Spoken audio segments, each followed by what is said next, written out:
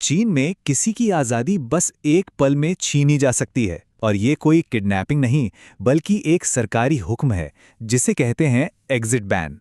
तो चलिए देखते हैं कि चीन का ये कानूनी पिंजरा आखिर है क्या। जरा सोचिए, कोई एयरपोर्ट पर है, घर जाने के लिए एकदम तैयार, और अचानक उससे बताया जाता है कि वो देश नहीं छोड़ सकता। क्यों? कोई वजह नहीं बताई जाती। कब तक? कोई समय सीमा नहीं दी जाती। और यही है चीन के एग्जिट बैन की अचानक और डरावनी सच्चाई। तो ये जो अचानक लगने वाली कैद है, इसका मतलब क्या है? सबसे पहले ये समझना जरूरी है कि ये कोई गैर कानूनी हिरासत नहीं है। नहीं, ये एक बाकायदा औपचारिक कानूनी प्रक्रिया है जो लोगों को अनिश्चित काल के लिए देश के अंदर ही कैद कर देती है। तो ये एग्जिट बैन असल में है क्या? ये एक एडमिनिस्ट्रेटिव ऑर्डर है। इसका मतलब इसके लिए किसी कोर्ट केस, किसी सुनवाई की जरूरत ही नहीं है। अधिकारी बस ये तय कर सकते हैं कि कोई व्यक्ति देश नहीं छोड़ेगा और बस बात खत्म। एग्जिट बैन किसी एक कानून पर नहीं बल्कि कई कानूनों की एक जाल पर टिका हुआ है। जैसा कि आप देख सकते हैं, ये कानून नेशनल सिक्योरिटी से लेकर सिविल मामलों तक एक बहुत बड़े दायरे को कवर करते हैं। इससे अधिकारियों को किसी को भी देश में रोकने की बेहिसाब ताकत मिल जाती है। कानून की बात तो ठीक है, लेकिन असल जिंदगी में इसका अनुभव कैसा होता है, चलिए इसे एक असल कहानी से समझते हैं।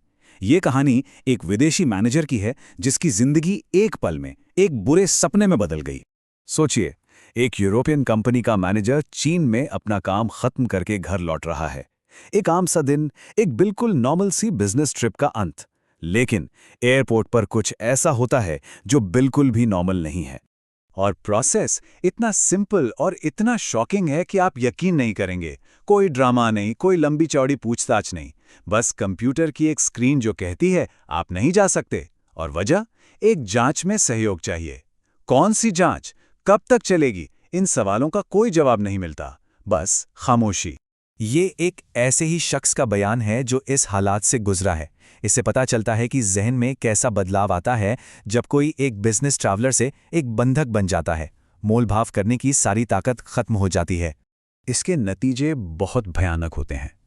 पर्सनल लेवल पर देखें तो महीनों, कभी-कभी सालों तक परिवार से दूर रहना पड़ता है। और प्रोफेशनल फ्रंट पर वीज़ा रिन्यू नहीं होता, नौकरी चली जाती है और कंपनी का पूरा ऑपरेशन ठप पड़ जाता है। यह सिर्फ एक इंसान को नहीं बल्कि उसकी पूरी कंपनी को अचानक रोक देने जैसा है। तो सवाल उठता है कि लोग इसके खिलाफ लड़ते क्यों नहीं? जवाब इस कानूनी ब्लैक होल में छिपा है जो इसे लगभग नामुमकिन बना देता है। इस स्लाइड को देखिए। एक तरफ है क्रिमिनल चार्ज जिसमें कुछ अधिकार मिलते हैं, सुनवाई का, अपील का, और जब तक दोष साबित ना हो जाए किसी को निर्दोष माना जाता है। लेकिन दूसरी तरफ है एग्जिट बैन जिसमें ये सब कुछ गायब है। कोई सुनवाई नहीं, कोई अपील नहीं। एक तरह से ये बिना जुर्म के सजा है। और यही इसका सबसे खतरनाक पहलू है, क्योंकि ये टेक्निकली सजा नहीं है, ये एक एडमिनिस्ट्रेटिव मेजर है। इसलिए इसकी कोई एंड डेट नहीं होती।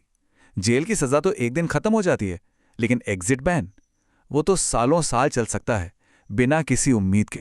अक्सर लोगों को लगता है कि ये सिर्फ विदेशियों के साथ होता होगा, लेकिन सच तो ये है कि ये चीन के लिए डोमेस्टिक कंट्रोल का एक बहुत बड़ा हथियार है। इसका निशाना कौन बनता है? इसकी रेंज काफी बड़ी है। व्यापारिक झगड़ों में फंसे एग्जीक्यूटिव से लेकर भ्रष्टाचार के मामलों से जुड़े लोग, या फिर वो चीनी बिजनेसमैन जो अपना पैसा देश से बाहर ले जाना चाहते हैं। यहाँ कॉमन पैटर्न एक ही है। किसी के देश छोड़ने से किसी पावरफुल एंटिटी को, चाहे वो सरकार हो या कोई कंपनी, कोई दिक्कत हो रही है। और यहाँ एक बहुत ज़रूरी कनेक्शन है। 2018 के बाद से, जब से चीन की लोकल सरकारों की आर्थिक हालत थोड़ी खराब हुई है, लोगों और उनके पैसों को देश के अंदर रखने के लिए एग्जिट बैन का इस्तेमाल एक रूटीन चीज़ बन गया है। तो आखिर इस पूरी पॉलिसी का चीन पर लॉन्ग टर्म असर क्या हो रहा है? देखते हैं इस अविश्वास की कीमत क्या है। जो विदेशी कंपनियां हैं ना, वो अब चीन में काम करने का तरीका ही बदल रही हैं। अब वो अपने टॉप एग्जीक्यूटिव्स को शॉर्ट ट्रिप्स पर भेजती हैं।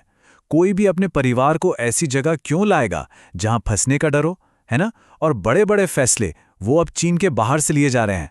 और इसका असर चीन के समाज पर भी बहुत गहरा है। जब लोगों का अपने कानूनी सिस्टम से ही भरोसा उठ जाता है तो वो लॉन्ग टर्म प्लानिंग करना बंद कर देते हैं। जो टैलेंटेड लोग हैं वो देश से निकलने के मौके ढूंढते हैं और पूरे समाज में एक डर और खामोशी का माहौल बन जाता है। ये कोर्ट इस पूरी सिचुएशन को शायद सबसे बेहतर तरीके से बताता है। जब कानून रक्षा करने वाली ढाल के बजाय कैद करने वाला पिंजरा बन जाए तो समाज अंदर से टूटने लगता है। तो आखिर सवाल यही है, जब किसी देश के कानून ही पिंजरा बन जाएं, तो उस देश के भविष्य का क्या होगा? ये एक ऐसा सवाल है जिसके संकेत आज साफ दिख रहे हैं और जो हमें सोचने पर मजबूर करता है कि कानून और भरोसे का रिश्ता किसी भी समाज के लिए कितना नाजुक और कितना जरूरी है।